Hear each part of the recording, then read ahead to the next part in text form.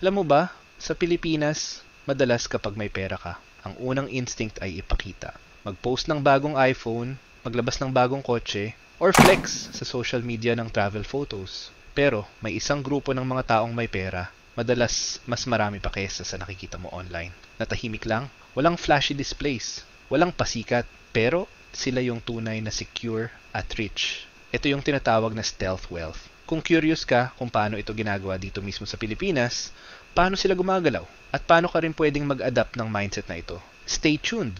Kasi after nitong video, baka ma-realize mo na hindi kailangan magmukhang mayaman para talagang maging mayaman.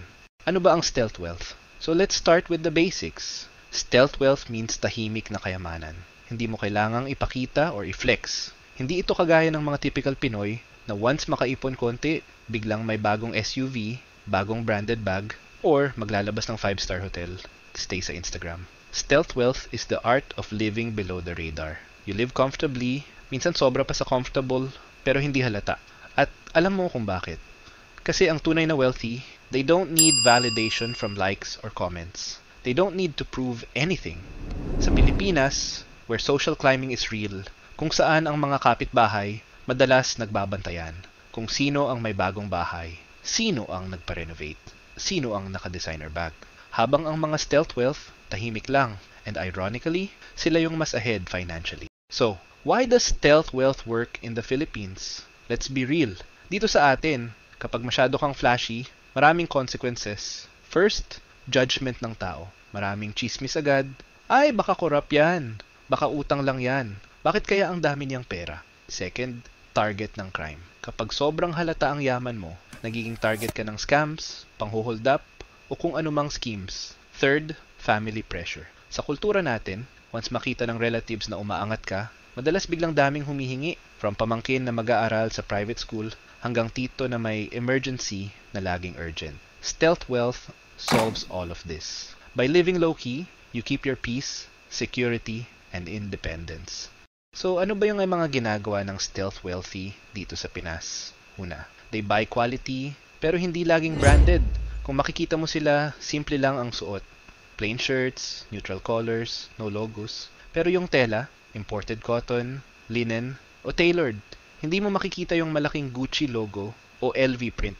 Halimbawa, isang stealth wealthy person might wear a 500 peso Uniqlo shirt every day kaysa sa 25,000 pesos na designer shirt. Pareho lang ang function, pero hindi halata na expensive.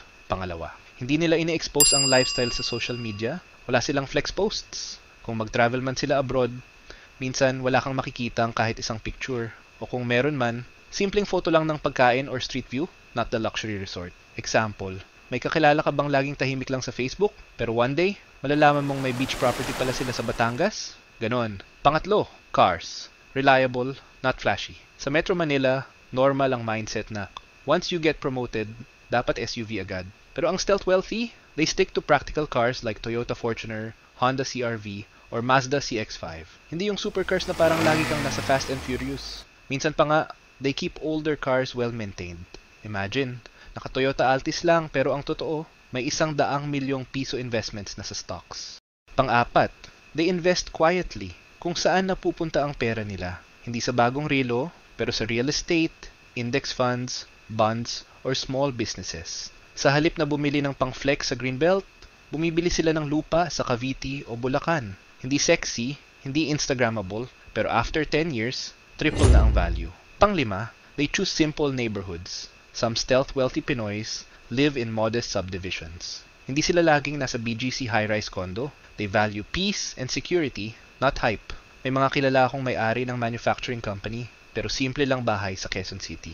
Walang swimming pool, walang fountain, pero may warehouse siya na worth hundreds of millions. Pang-anim, food and dining habits. Hindi sila yung tipong araw-araw naka-fine dining. Masaya sila sa home-cooked meals or simple resto na masarap ang pagkain kahit hindi Michelin-starred. Example, habang ang iba naka-Instagram sa Nobu Hotel, sila tahimik na kumakain ng lomi sa Batangas with their family. Pampito, social behavior. Kapag stealth wealthy, hindi mo maririnig na nagyayabang sila about money. Wala silang lines like, "Bro, naka-invest ako ng 10 milyong piso dito." Instead, they talk about experiences, hobbies, or ask questions. Kung marinig mo sila, parang normal lang na tao. Pero secretly, Kaya nilang bumili ng building kung gusto nila. Picture this. You see two guys in a coffee shop in Makati. Guy 1. Naka-latest iPhone 16 Pro Max. May Rolex. Naka-Louis Vuitton belt. Nag-order ng pinakamahal na drink. Loud voice. Para marinig lahat ng tao. Guy 2. Plain white shirt. Simple Casio watch. Old iPhone XR. Tahimik na nagbabasa ng business book. Guess what? Si Guy 1 probably has a credit card balance na pinoproblema. Si Guy 2, siya yung may 50 milyong piso portfolio quietly compounding every year. Another scenario. Sa subdivision, may kapitbahay na every year, laging may bagong sasakyan. Lahat alam mo tungkol sa kanila kasi post sila ng post. Pero one day, mapapansin mo yung tahimik na kapitbahay na simple lang ang bahay, walang major renovation. After a while, malalaman mong yung anak nila nag-aaral pala sa Ivy League school abroad. Paid in cash. That's stealth wealth in action. Ngayon, ano ba benefits of stealth wealth in the Philippines? Peace of mind. Walang pressure mag-maintain ng image. Safety. Hindi ka target ng mga scammer at masamang loob. Freedom. Wala kang utang na loob sa mga taong nakikibalita sa pera mo. Real growth. Dahil hindi ka gastos ng gastos para magpakitang tao, mas lumalaki yung investments mo. Kung gusto mong mag-adapt ng stealth wealth lifestyle, here's how. Step 1. Audit your flex. Tingnan mo social media mo. Ano yung mga posts mo? Nagpapakita ka ba ng purchases, travels, or branded items? Kung oo, tanungin mo sarili mo. Bakit? For validation ba? Step 2. Choose quality over brand. Hindi mo kailangang bumili ng 50,000 piso na sapatos para lang masabi na may kaya ka. Buy something durable and comfortable. Step 3. Simplify your car. Hindi mo kailangan ng bagong sasakyan every 2 years. Keep what's reliable. Step 4. Invest, not impress. Kapag may extra 100,000 piso ka, ilagay mo sa stocks, REITs, o real estate.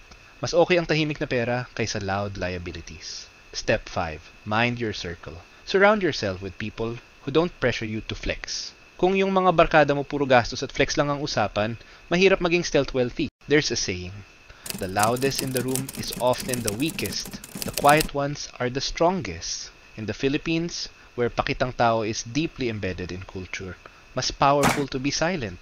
Because at the end of the day, yung taong hindi mo inaasahan, yung simple lang, siya yung totoong may secured future.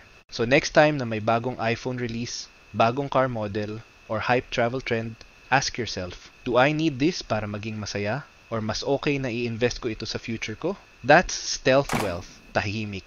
Simple, pero powerful.